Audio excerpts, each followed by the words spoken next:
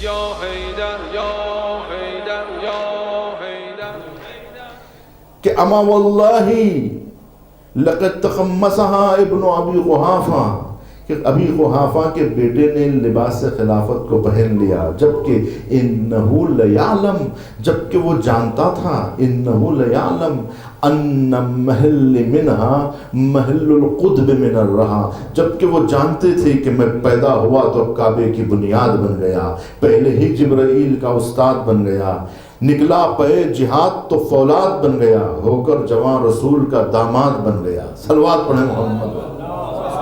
انہو لیعلم، وہ جانتے تھے، یعنی وہ ناواقف نہیں تھے، انہو لیعلم، وہ جانتے تھے کہ میں کون ہوں، کہ جس کی آمد سے گل ہو گیا زمین پہ اوہام کا چراغ، تشکیک سے یقین کو حاصل ہوا فراغ، جھوما نسیم عقل سے نوع بشر کا باغ، اترا دماغ دل میں تو دل بن گیا دماغ، اوج خرد پہ صبح کی سرخی عیاں ہوئی، یہ آئے تو حریم نظر میں ازاں ہوئی۔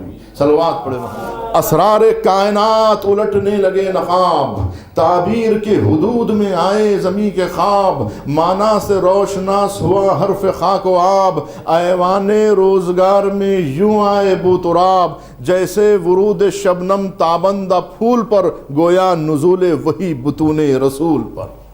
صلوات پڑھے محمد۔ جن کی آمد سے تابہ ہوئے علوم، درخشاں ہوئے عقول، روشن ہوا زمین تدبر کا عرض و طول، معقولیت کے سر کو ملا افسر قبول، شائستہ زندگی کے مرتب ہوئے اصول، جو برق طور فکر ہے وہ نور مل گیا، دنیائے بے نظام کو دستور مل گیا۔ محراب حق میں روح خطابت ہوئی عیاں، جھومی سروں پہ رشد و ہدایت کی بدلیاں، اٹھی نگاہ خم ہوئے ابرو کھلی زباں، دوڑے ہوا پہ تیر لچکنے لگی کماں، نکلی جو منہ سے بات دلوں میں اتر گئی، ذہن گریز پا کی سواری ٹھہر گئی۔ وہ جانتا تھا کہ منبر پہ آفتاب تکلم آیا ہوا، موجے مے غدیر لیے خم آیا ہوا، دریائے مرحمت میں تلاطم آیا ہوا، انصاف کے لبوں پہ تبسم آیا ہوا، ڈالی نگاہ فخر سے دنیا نے دین پر، قرآن آسمان سے اترا زمین پر، جس سے اگے نقوش وہ تصویر بن گئی، تصویر ایک شعاع جہانگیر بن گئی، کاپی شعاع مشرق تفسیر بن گئی، تفسیر ایک روات کی زنجیر بن گئی، زنجیر تاکہ روح کی قندیل ہو گئی، قندیل قوس عرش میں تبدیل ہو گئی۔ فضائل امیر المومنین کا کوئی احاطہ نہیں ہے کہ سلمائے روزگار کو زرعی قبا ملی، انسانیت کو دولت صدر تقا ملی، ہستی ہوئی قدر کے گلے سے قضا ملی، آغوش میں رسول کو اپنی دعا ملی، اور جیسے ہی نصف نور ملا نصف نور سے اپنے کو کردگار نے دیکھا غرور سے۔ صلوات پڑھے محمد۔ کیا وہ یہ نہیں جانتے تھے؟ انہو لیعلم، وہ جانتے تھے، وہ اس وقت سے واقف تھے جب میں مکے کی سرزمین پر نبی کریم کی حمایت کر رہا تھا۔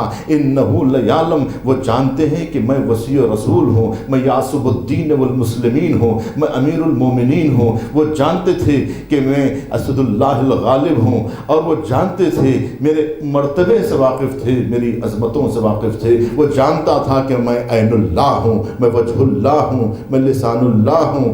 وہ جانتے تھے کہ میں اسد اللہ ہوں، میں سرتپا ولی اللہ ہوں۔ صلوات پڑھے محمد۔ انہو لیعلم، وہ جانتے تھے کہ میں کون ہوں، میں وصی رسول ہوں، میں برادر مصطفیٰ ہوں۔ انہو لیعلم انا محل منہا، سب سے اہم بات جو جانتے تھے وہ یہ کہ انہو لیعلم انا محل منہا محل القطب من الرہا، کہ وہ جانتے تھے کہ میری حیثیت خلافت میں ایسی ہی ہے، نظام حکومت میں میری حقیقت ایسی ہی ہے جیسے چکی میں کسی کیل کی ہوتی ہے۔ انہو لیعلم انا محل منہا محل القطب من الرہا، میری حیثیت خلافت میں ایسی ہی ہے جیسے چکی میں کیل کی ہوتی ہے۔ اب ابن ابی الحدید کہتا ہے کہ فرض کیجئے، ابن ابی الحدید معتزلی ہے، لیکن نہج البلاغہ کی اس سے بہتر شرح آج تک نہیں پیش کی گئی ہے۔ اب تک جتنی شرحیں آئی ہیں ابن میثم کی آئی ہے، مختلف شروح آئی ہیں، لیکن سب نے ابن ابی الحدیث سے استفادہ کیا ہے، اور کسی نے بھی ابن ابی الحدیث معتزلی سے آگے بڑھنے کی کوشش نہیں کی ہے۔ سب سے متقن شرح جو ہوئی ہے وہ ابن ابی الحدیث کے توسط سے ہوئی ہے۔ تو اس مقام پر ابن ابی الحدیث کہتا ہے کہ اگر فرض کیجئے کہ چکی کو آپ زبردستی سے گھمانا بھی چاہیں بغیر کیلی کے تو گھما تو جائیں گے، لیکن گھمانے سے جو مقصد ہے وہ حاصل نہیں ہوگا، وہ ہدف جو ہے وہ حاصل نہیں ہوگا۔ ہدف گھمانے کا یہ ہے کہ اگر کوئی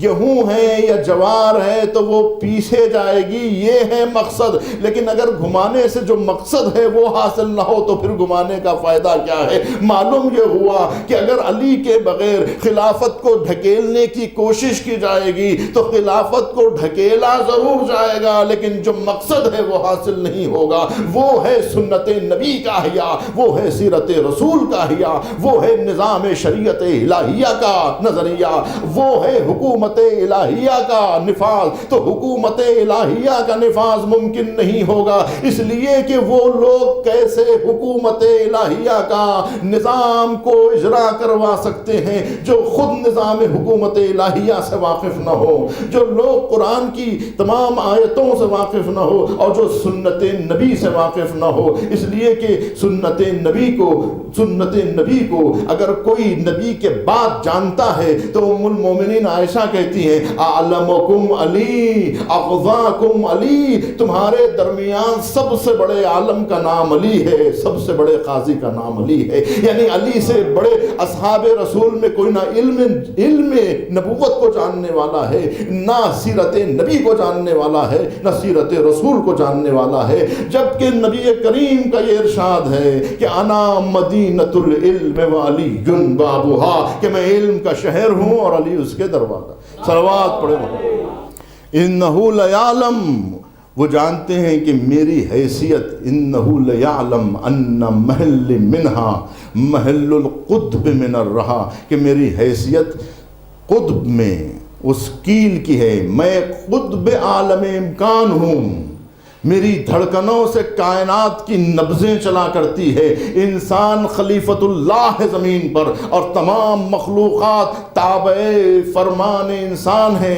وَسَخَّرَ لَكُم مَّا فِي السَّمَاوَاتِ وَمَا فِي الْأَرْضِ، ہم نے زمین و آسمان کی ہر چیز تمہارے لیے مسخر کر دی ہے۔ وَسَخَّرَ لَكُم مَّا فِي السَّمَاوَاتِ، یعنی جتنی چیزیں زمین و آسمان میں ہیں ہم نے تمہارے لیے مسخر کر دی ہے، اور تم خلیفۃ المسلمین ہو، تم خلیفہ الہی ہو۔ جو خلیفہ الہی ہوگا اس کے تحت فرمان نہ صرف انسان ہوں گے، اگر انسان اس کے تحت فرمان ہو تو یقیناً نبات بھی اس کے زیر فرمان ہے، جماعت بھی اس کے زیر فرمان ہے۔ تو جو قطب خلافت ہوگا وہ قطب عالم امکان بھی ہوگا، جس کی دھڑکنوں سے نظام شریعت چلے گا اسی کی دھڑکنوں سے کائنات کی نبضیں بھی چلا کریں گی۔ اسی لیے کہا کہ کل شیء احصیناہ فی امام مبین، کہ ہم نے ہر چیز کا احیاء امام مبین میں کر دیا ہے۔ صلوات پڑھے محمد۔ انسان قلب ہے، انسان قلب ہے، اس قلب کی دھڑکنوں سے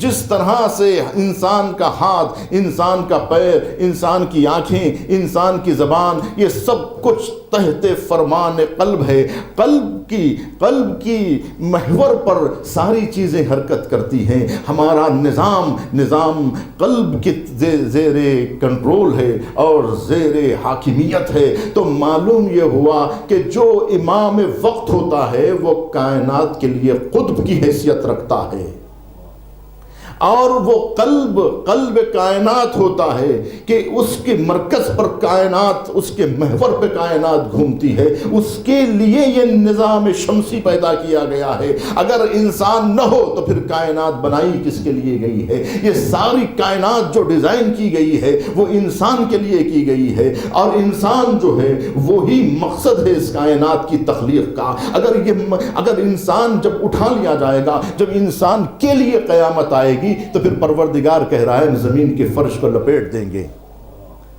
چاند و سورج کی قندیلوں کو بجھا دیں گے۔ قیامت ان کے لیے نہیں، قیامت انسان کے لیے آئے گی۔ جب انسان کے لیے قیامت آئے گی تو پھر زمین کو لپیٹنے کی کیا ضرورت ہے؟ چاند و سورج کی قندیلوں کو گل کرنے کی کیا ضرورت ہے؟ معلوم یہ ہوا یہ ان کے لیے بنائی گئی ہے۔ جب دوسری مخلوق آئے گی تو دوسرا ڈیزائن ہوگا۔ یہ مخلوق کے لیے ہوا کی ضرورت ہے، پانی کی ضرورت ہے، اور جتنے ٹیمپریچر کی ضرورت ہے اتنا ہی یہاں پہ رکھا گیا ہے۔ تو معلوم یہ ہوا کہ یہ انسان کے لیے بنایا گیا ہے، انسان کے لیے ڈیزائن کیا گیا ہے۔ جب انسان نہیں رہے گا تو پھر کائنات کی بقا بھی ممکن نہیں ہے۔ صلوات پڑھے محمد۔ إِنَّهُ لَيَعْلَمْ أَنَّ مَحِلَّ مِنْهَا مَحِلُّ الْقُطْبِ مِنَ الرَّحَا يَنْحَدِرُ عَنِ السَّيْلِ۔ قطب کہتے ہیں کیل کو، رہا کہتے ہیں وہ آسیاب کو، وہ چکی کو، کہ جس کے بیچ میں جو کیل ہوتی ہے اس کا نام ہے قطب۔